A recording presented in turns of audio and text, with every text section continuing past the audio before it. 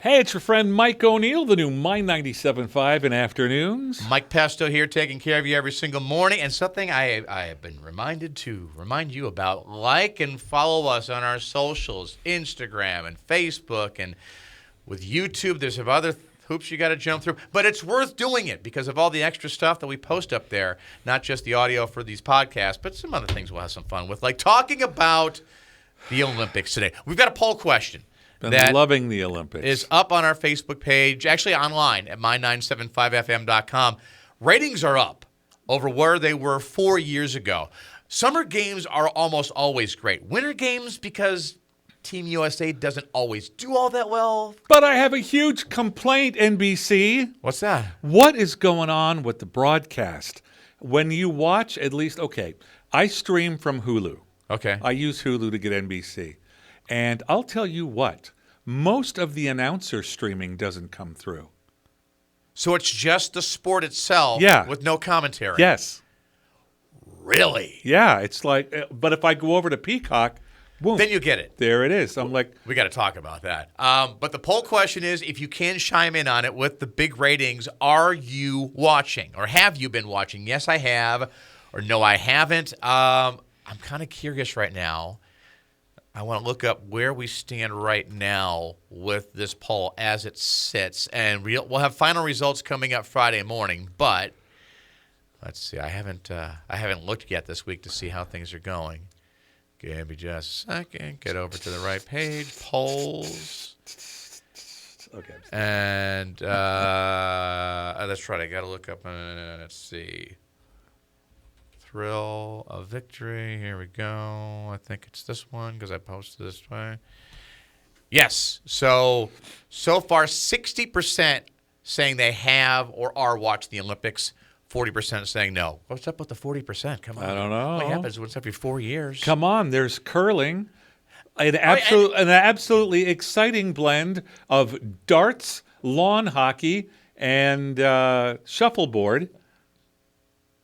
Very interesting. You haven't given it a chance, have you? Oh, we watch it every day.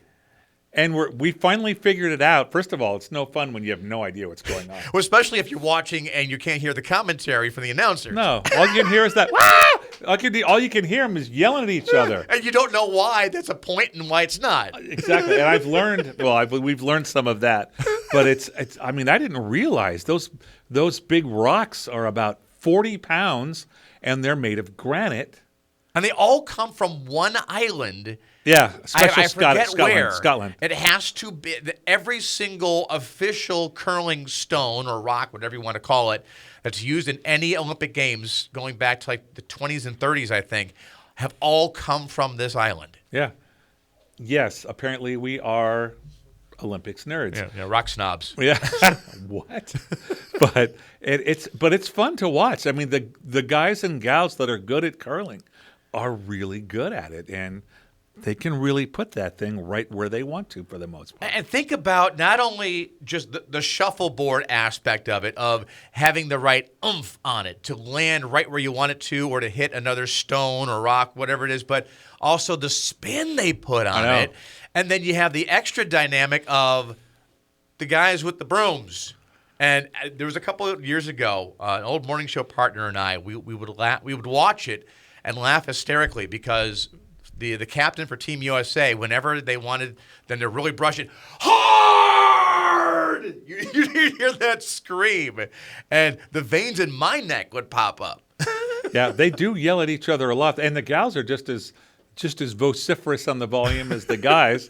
It's just fun to watch. I mean, because it's a little bit different. So I just like to watch anybody that really knows what they're doing do what they do, and it's something different is always interesting. But to watch it without any analysis.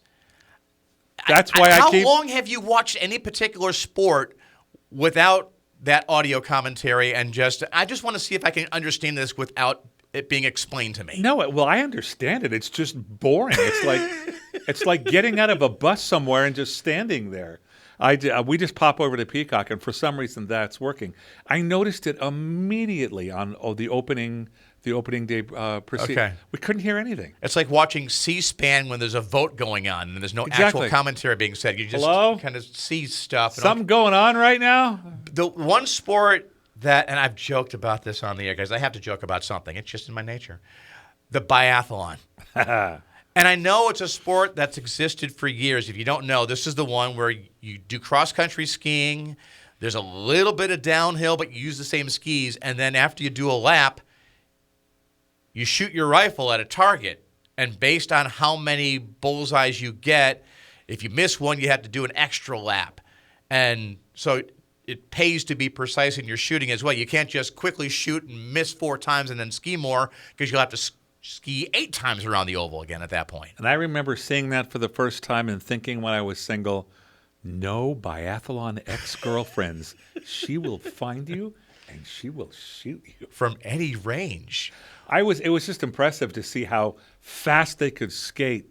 Excuse me, how fast they could ski and get there, and then screw it all up with poor shooting, or vice versa. And it was just, it's an interesting dichotomy to watch them go at it. But putting those two disciplines together, first of all, why? Yeah. And second of all, who thought to do this? I understand shooting being a sport, and I believe it is in the summer games. Archery definitely is, and skiing is its own sport as well, Right. cross country as well as downhill. For example, and I mentioned this on the air, you don't see them with the summer games combining swimming to one end of the pool, taking a shot, and then throwing a dart at a dartboard, and then jumping back in the pool, swimming to the other end, taking another shot, and then throwing another dart. Why are you combining elements? It sort of feels like the end of The Sound of Music. You know, they're skiing away and shooting as they're going. I don't know. Maybe someone saw the movie and thought, let's combine those two. And make an Olympic sport out of it. I don't. But in general, I'm taking your liking what you're seeing so far. Is there any sports that you've gotten into this year that maybe you hadn't watched previously? The curling, I mean, I've always Okay. known it was there, but now I understand it. As long as you watch with the commentary. Yeah, but I know. I mean, we both found it fascinating, my wife and I. We learned about it, and now we know we're nerds, and it's very, we've been enjoying it. But all the usual stuff, the skating has been amazing. I liked watching, I have to admit, I was impressed with Ilya Malinin when he had a tough time the other day, and he fell twice. He was asked how he felt about it, and his response was amazing for a 21-year-old. Paraphrasing, basically saying, I wasn't focused enough. I didn't pay attention hard enough. I fell down twice, and there you go. So it was the mental I'm going aspect to of do it. better next time. He didn't make up a bunch of crap. He didn't blame the Russian judge. He didn't. He just said, yeah, that was a terrible skate, and I'm going to do better next time. And I believe he will. I can enjoy, to a certain degree, the skating aspect of it. But, this goes the same with the half pipe when they do the snowboarding. so Whenever there is a sport that it's being judged, I don't know enough about what's going on to have an opinion either way. I could see something and think it's great. I mean, that was excellent. And see another routine that wasn't as good in my eyes, but gets a higher score. And then those watching, commentating will explain, well, this person only did 3 axles, whereas the other one did 4, and it looked a little sloppy, but you get extra points because of the difficulty. I'm like, Yes. but it doesn't pass the eye test for me.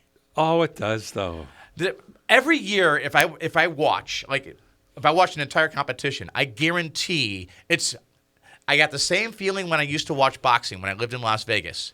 You watch a fight, and you have in your mind who you think won, unless there are knockdowns or knockouts, obviously, then it's obvious who wins. But aside from those, you can watch, and at least once a year, sometimes once a bout, if it's a big enough card that has 5 or 6 bouts on it, there's at least one bout where you scratch your head like, no, that's not the way most of us saw it. It's the same thing with the judged sports in the Olympics for me. Well, I've been watching skating for a really long time, actually.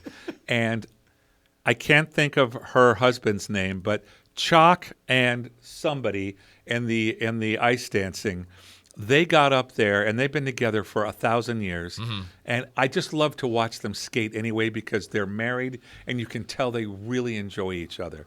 They got out there on the long program, and what they did was the most graceful thing I've ever seen, period. And this was the event that the controversy arose over the French judge really highly scoring the French couple Okay. 3 or 4 times higher than the other judges, and it caused them to lose it to second place. Okay. Yeah, and And- that happens But I every could, year. but I could tell by watching Uh-huh. they deserved it. And again, that's where I have the issues with judged events as opposed to you're on skis, the first one down the hill wins. Oh, The man. first one across the line wins. The first one to touch the pad wins. There's no debate about it at that point because it's not subjective, it's objective. We have the results on a piece of paper. You may not like them, but they hit that pad first. Watching the bobsleds. Yes. Whoever Can crossed you that line first. even The skeleton is the big one. Dude, I couldn't even ride shotgun in that thing. I had a long time ago. They took us out to one of the raceways, the Ford Mustangs. Ford did this, and we were in the Ford Mustang with a race car driver. Okay. Being driven with the harness at race car speeds as a passenger, not driving anything. I could barely understand where we were in relation to the other car, how fast we were going. I didn't understand how this guy could be driving this car perfectly this far off the car in front of me. Uh-huh. I'm never going to be obviously a fighter pilot, but I mean, amazing to me. I wouldn't have been able to tell what was going on in that thing. Yeah, the So bobsledding. fast. In fact, my what to watch suggestion this week, and I still haven't gotten through all of it. I fell asleep halfway through, I have to admit. Not because I didn't enjoy it so far, is Cool Runnings about the Jamaican, very, That's a very, good movie. very loosely based Good on movie, the good movie. 1988 Jamaican bobsledding team that competed in Calgary. And ever since that movie came out, they've consistently competed every year, and I think they've medaled several times. We enjoyed that movie as well, and we enjoyed lots of the bobsled. Last night was particularly great. A gal that's been doing it, an American gal that's been doing it for a long, long time. Finally got the gold. She got it last night. I mean, her face was the epitome of pure joy, and it was just you were just so glad for her that she got it. That is one nice thing I like this year on YouTube. NBC and Peacock have their channel there. They will give you the highlights of some of the bigger things, and they had the highlight of that, and I saw that highlight package they put together of it. So if you don't have time to watch 4 or 5 hours worth every single night, if you get on YouTube and watch it that way, you can. You can also go into Peacock, who actually Yep. sponsors it, and they have them broken out into standalone videos. Where's Malanin doing the long form? Right there. Boom. And there you got it. Yeah, that's one of the benefits of streaming. Before we get out of here, the time we have left, Happy Chinese New Year to you. Yes. Did you get me something nice, Mike? I did not, but here in my I'm ringing a bell because I can't launch fireworks here in the studio because literally there's a sprinkler right above my head and that thing would go off. But I asked you ahead of time because the Chinese zodiac is all based on not the month or the time of year you're born. It's based on the year you were born. So you told me what year. You and I are both roosters. Oh, born different years. You're a little older than I am. So this is the Chinese version of being a Sagittarius? Correct. Now, and this is very specific for this year. So this is what it has to say. In the year of the fire horse, which is what it is this year. Why it's a fire horse this year, not just a regular horse, I have no idea. But I'm not riding the fire horse. the rooster's innate gifts of order, analysis, and meticulous planning will both be a refuge and a source of great power for you. And of great aggravation for my wife. This year of strategic clarity and earned recognition, while the world charges ahead with passion, your ability to assess, organize, and execute with precision will cut through the noise, making you an invaluable, highly visible figure. Wow. To which I said on the air that I deserve a raise this year. So, and you too, now. because you're also a rooster. No, but in terms of my role in my marriage, that's It's not wrong. Okay, and I would say that definitely goes towards the way I kind of approach prepping the show every day, putting the show together, trying to make sure I got a strategic game plan so I give you the best of what I've got. And I know you do the same thing with all the production you do and Thank you. the show you do in the afternoon as well. So I'd say pretty much that's right on for both of us.